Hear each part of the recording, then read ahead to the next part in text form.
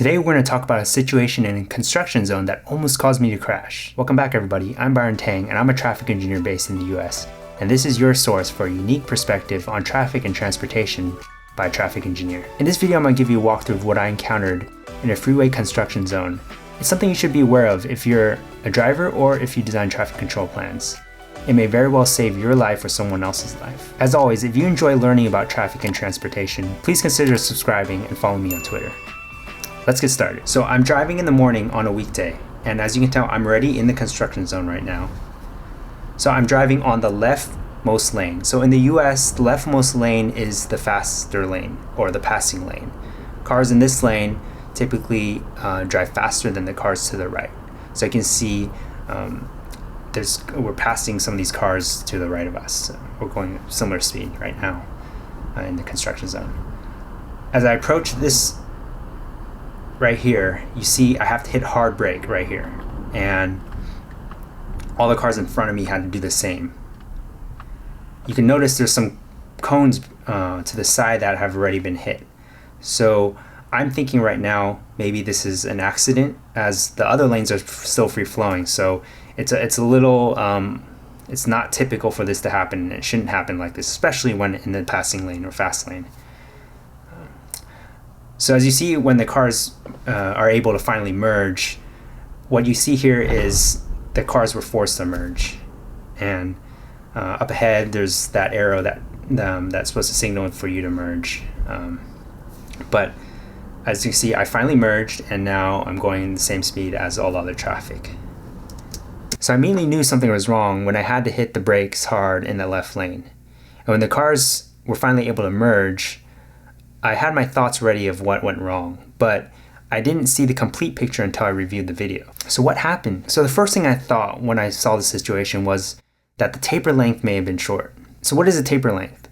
Well, in a construction zone, when the cars are forced to merge and you have cones like that forcing them into another lane, we call that a merging taper. For merging tapers, there are actually standards as to how long the taper should be, and that is when the beginning of the cones start to encroach into the lane all the way to the end where the cones have completely blocked off the lane. The fundamental factor of how long a taper length should be is determined by the speed of what you expect on the roadway. Speed is a critical factor because the faster you're driving, the more distance and time you'll need in order to make a merge smoothly. You need time to recognize that you need to make the merge, and then you actually have to look and make sure you merge and not collided with any cars to the right. Since this was a fast lane or passing lane on a freeway where cars regularly go 70 to 75 miles per hour, you'll need 900 feet of taper distance according to the standards. So I took approximate measurement of how long this taper length was on Google Maps, and it turns out it's about 900 feet. If the actual taper length wasn't too short, then what was the issue? Well, it turns out there were issues before we even saw some of the construction zone cones. So let's go back into the video.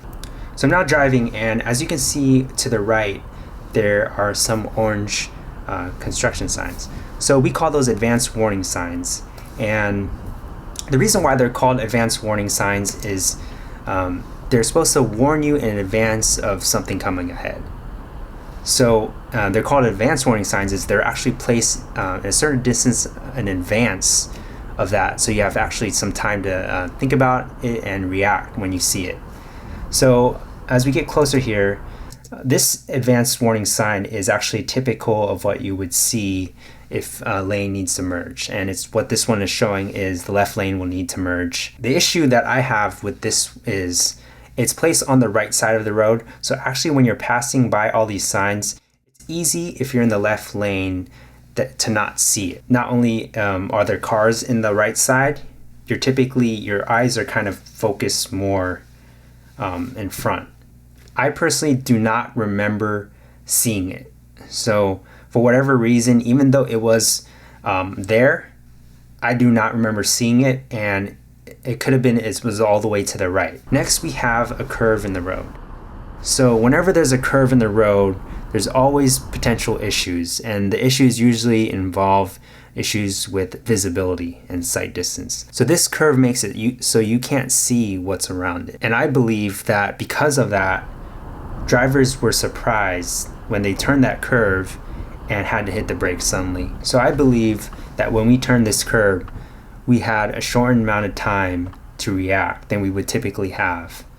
And I think it shows where everyone had to hit their brakes. I mean, it was so uncomfortable to merge. The car way up in front that caused it to stop didn't even feel comfortable in merging and just stopped in its tracks.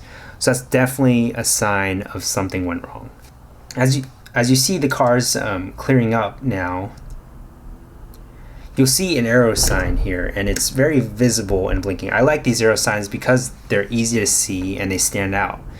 But that's the problem. This curve eliminated us from seeing that ahead of time.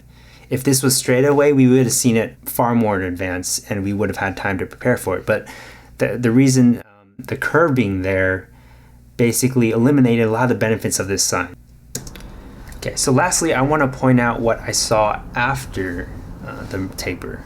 As you can see here, now there's warning signs for the next thing coming up ahead. You see how there's signs on both sides of the road? It's a lot more visible that way, and I feel that it was a mistake not to do this on the before the merging taper.